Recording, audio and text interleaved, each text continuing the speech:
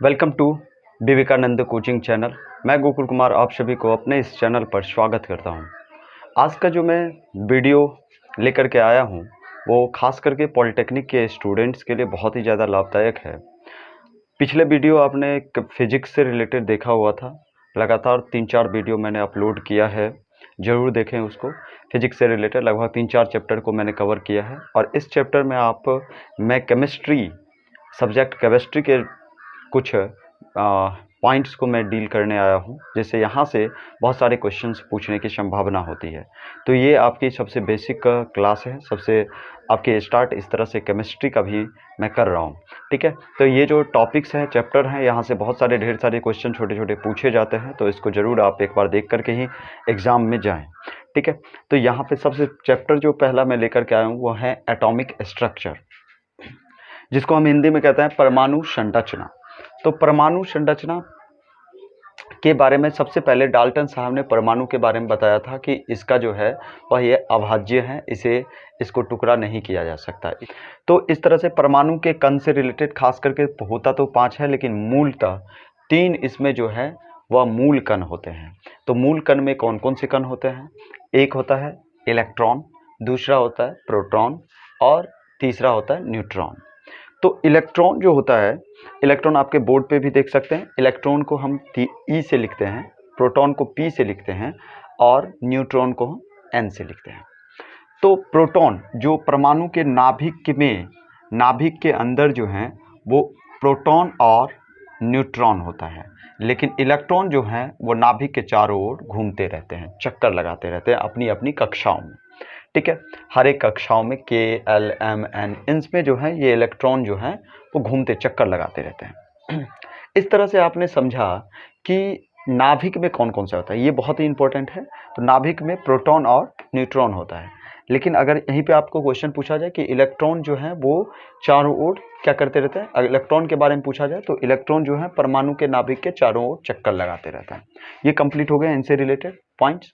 अब हम थोड़ा इससे मास की बात किया जाए कि इसके आवेश की चर्चा किया जाए तो इलेक्ट्रॉन पे जो है, इलेक्ट्रॉन में माइनस और प्रोटॉन पे प्लस और न्यूट्रॉन पे 0 होता है। मास कहा 9.109 इंटू 10⁻−31 kg होता है। उसके बाद प्रोटॉन 1.6726 इंटू 10⁻−27 kg, और इसी तरह अगर न्यूट्रॉन की चर्चा किया जाए तो 1.674 इंटू 10⁻−27 kg। तो ये इसके मास हो गए। अगर आवेश की चर्चा किया जाए, पूछा जाए तो इलेक्ट्रॉन का माइनस होता है, प्रोटॉन का प्लस आवेश होता है और न्यूट्रॉन का आवेशहीन होता है। अगर क्वेश्चन पूछा जाए कि इलेक्ट्रॉन की स्थिति क्या होती है परमाणु के अंदर, तो इलेक्ट्रॉन जो है वो नाभिक के चारों ओर, प्रोटॉन के नाभिक के परमाणु के नाभिक के चारों ओर चक्कर लगाते रहते हैं। वहीं पर न्यूट्रॉन और प्रोटॉन जो है वो नाभिक में ही अवस्थित होते हैं। अब हम थोड़ा चर्चा कर लेते हैं कि इसकी खोज किसने किया। इससे भी रिलेटेड अक्सर क्वेश्चन पूछे जाते हैं, ठीक है।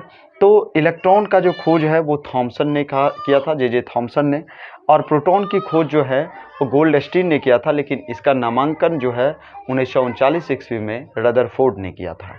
और इसका न्यूट्रॉन की खोज जो है वो चैडविक ने किया था। तो इस तरह से आप तीनों चीज़ के बारे में समझ गए कि इलेक्ट्रॉन का जो है वो थॉमसन ने किया था इसका खोज, प्रोटॉन का जो है वो गोल्डस्टीन ने किया था और न्यूट्रॉन का जो है वो चैडविक ने किया था, ठीक है। अब एक इम्पोर्टेंट यहाँ पे 2 चीज़ें बहुत ही इंपॉर्टेंट है, यहाँ से आपके न्यूमेरिकल्स क्वेश्चंस भी आ जाते हैं अक्सर इन 2 फॉर्मूलों से। एक चीज़ याद रखिएगा कि प्रोटॉन की संख्या, परमाणु संख्या किसे कहते हैं। क्वेश्चन आ जाता है कि परमाणु संख्या से आप क्या समझते हैं। तो परमाणु संख्या याद रखिएगा कि किसी भी तत्व के परमाणु संख्या, जितने प्रोटॉन की संख्या होगी उस तत्व के अंदर, उतने ही प्रोटॉन की संख्या होगी और उतने ही इलेक्ट्रॉन की संख्या भी होगी। तो दोनों चीज़ आपको याद रहना चाहिए, ठीक है। अब चलिए, अगर हम बात करें परमाणु द्रव्यमान संख्या क्या होता है, तो किसी भी तत्व के अंदर, तो इसलिए मैंने लिखा जेड से इसे डिनोट किया जाता है। नोटेड याद रखिएगा, इसको सूचित जेड से किया जाता है, जेड से परमाणु संख्या को। तो जेड बराबर पी बराबर ई होगा, ठीक है। ई इलेक्ट्रॉन की संख्या को शो करेगा, पी प्रोटॉन की संख्या को, और जेड परमाणु संख्या को शो करेगा। अगर हम बात करें द्रव्यमान संख्या क्या होता है, तो द्रव्यमान संख्या जो है वह किसी भी परमाणु के जो प्रोटॉन और जो भी तत्व होंगे उसके अंदर जो प्रोटॉन और न्यूट्रॉन होंगे उन दोनों के योगफल के बराबर क्या होंगे, आपको प्रोटॉन होंगे, ठीक है। एटॉमिक मास होंगे, मतलब द्रव्यमान संख्या होंगे। द्रव्यमान संख्या का फॉर्मूला क्या होगा, P+N होगा। क्लियर। अब चलिए एक क्वेश्चन और आता है कि कक्षा में जो अधिकतम इलेक्ट्रॉनों की किसी भी कक्षा में जो अधिकतम इलेक्ट्रॉनों की संख्या होती है वो 2n² होती है। तो अगर हम सेल की चर्चा करें, अगर हम चर्चा करते हैं कि अगर सेल की चर्चा करें K, L, M कुछ भी तो N, ठीक है। तो अगर ये परमाणु है, परमाणु के पहला कक्षा है 1 है, तो 1 में इसमें परमाणुओं की इलेक्ट्रॉनों की संख्या कितनी होगी, 2n², तो 1 का स्क्वायर, यानी K में जो है वो कितनी मैक्सिमम होंगे, 2। L जो है वो L क्या हो जाएंगे, कितने नंबर के, 2 के हैं, तो 2 × 2 का स्क्वायर, तो 2 दूना 4 दूना 8, तो इसमें कितना मैक्सिमम, L में 8 इलेक्ट्रॉन रह सकते हैं। वैसे ही M में जो अगर बात करें 2n², तो यानी कितना हो जाएगा, 2 3 तिया 9 दूना 18, ठीक है। इसी तरह से जो है वो N का होगा, N का भी ऐसे ही होगा, 4 चौक 16 दूना 32, ठीक है। तो किसी भी कक्षा में अगर उसके अधिकतम जो है वो इलेक्ट्रॉनों की संख्या कितनी होगी, तो वो उसके नंबर्स ऑफ सेल पे डिपेंड करता है। अगर K L तक है तो L में कितना हो जाएगा, 2n², ठीक ना, 2 दूना 4 दूना 8 उसमें इलेक्ट्रॉन होंगे, ठीक है, दूसरे कक्षा में। तो इस तरह से आपने समझ गया, यहाँ तक आप समझ गए, ठीक है। अब आ जाइए, एक टॉपिक्स है समस्थानिक से आप क्या समझते हैं, बहुत इंपॉर्टेंट टॉपिक्स है, जिसको हम कहते हैं, इंग्लिश में कहते हैं आइसोटोप्स। आइसोटोप्स क्या होता है, और एक जो है वो है आपका संभारिक, आइसोबार्स क्या होता है। दोनों इंपॉर्टेंट टॉपिक्स हैं, आइसोबार्स और आइसोटोप, बहुत ही इंपॉर्टेंट टॉपिक्स है, गौर से देखिएगा। आइसोबार्स आइसोटोप्स क्या होता है, अगर मैं किसी भी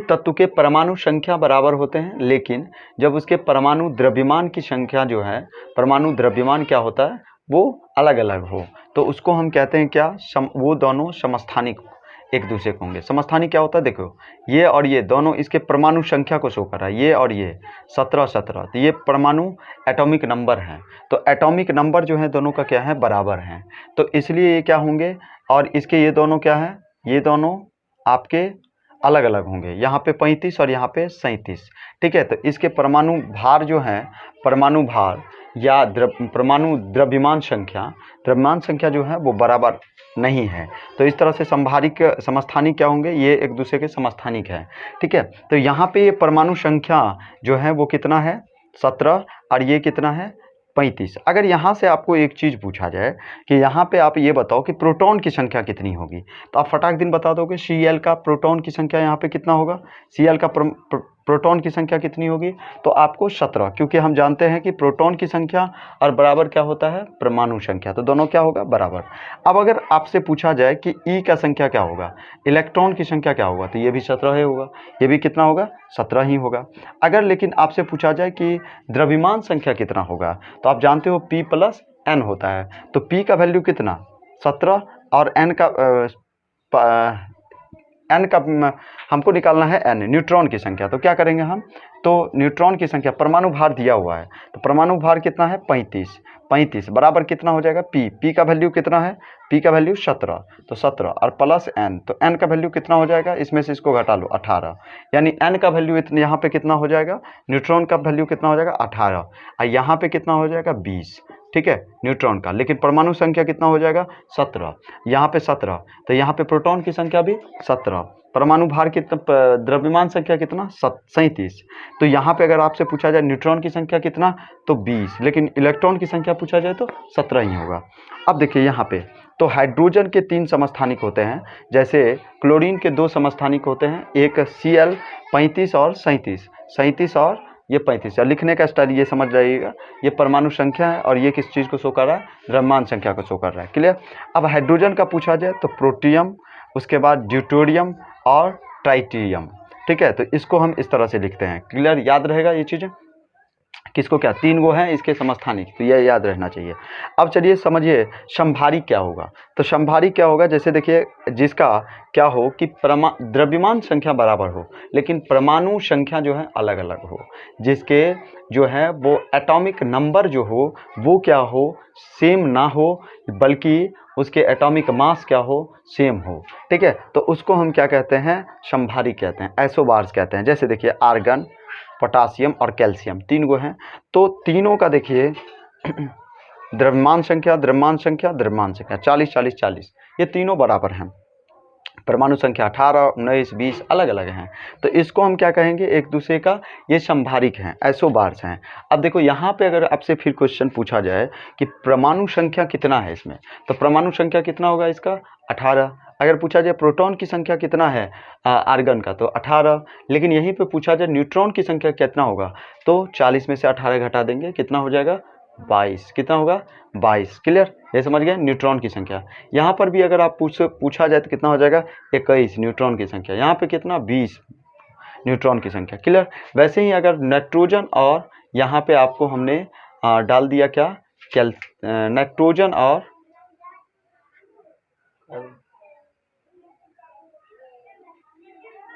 यहाँ पे हमने क्या किया, कार्बन का डाल दिया। ठीक है, यहाँ पे क्या होगा, 14। तो यहाँ पे ये किस को शो कर रहा है, परमाणु संख्या। तो परमाणु संख्या अलग अलग हैं लेकिन इसके द्रव्यमान संख्या क्या है, दोनों के बराबर हैं। तो यहाँ पे 14, यहाँ पे कार्बन का भी 14 होता है परमाणु संख्या, तो द्रव्यमान संख्या, तो यहाँ पे 14। तो ये क्या होंगे, एक दूसरे के समभारिक होंगे। ठीक है, तो अब यहाँ पे ये किस चीज़ को शो कर रहा है, समभारिक को शो कर रहा है। तो यहाँ पे प्रोटॉन की संख्या कितना, 7। यहाँ पर भी प्रोटॉन की संख्या कितना, 6। ठीक है, लेकिन यहाँ पे न्यूट्रॉन की संख्या कितना होगा, यहाँ पे 7 होगा और यहाँ पे 8 होगा। ठीक है, न्यूट्रॉन की संख्या। ये क्लियर हो गया, कोई किसी भी तरह का प्रॉब्लम नहीं होना चाहिए। तो इनसे रिलेटेड बहुत सारे ढेर सारे क्वेश्चंस आपके जो पॉलिटेक्निक के एग्जाम आएंगे उसमें पूछे जाएंगे, जरूर कीजिएगा। लगातार हमारे इस यूट्यूब चैनल को सब्सक्राइब कर लें और शेयर कर दें। लगातार इस पर आपको सभी विषयों जो भी है सब्जेक्ट, उसका आपको वीडियो मिलता रहेगा पॉलिटेक्निक से रिलेटेड। धन्यवाद।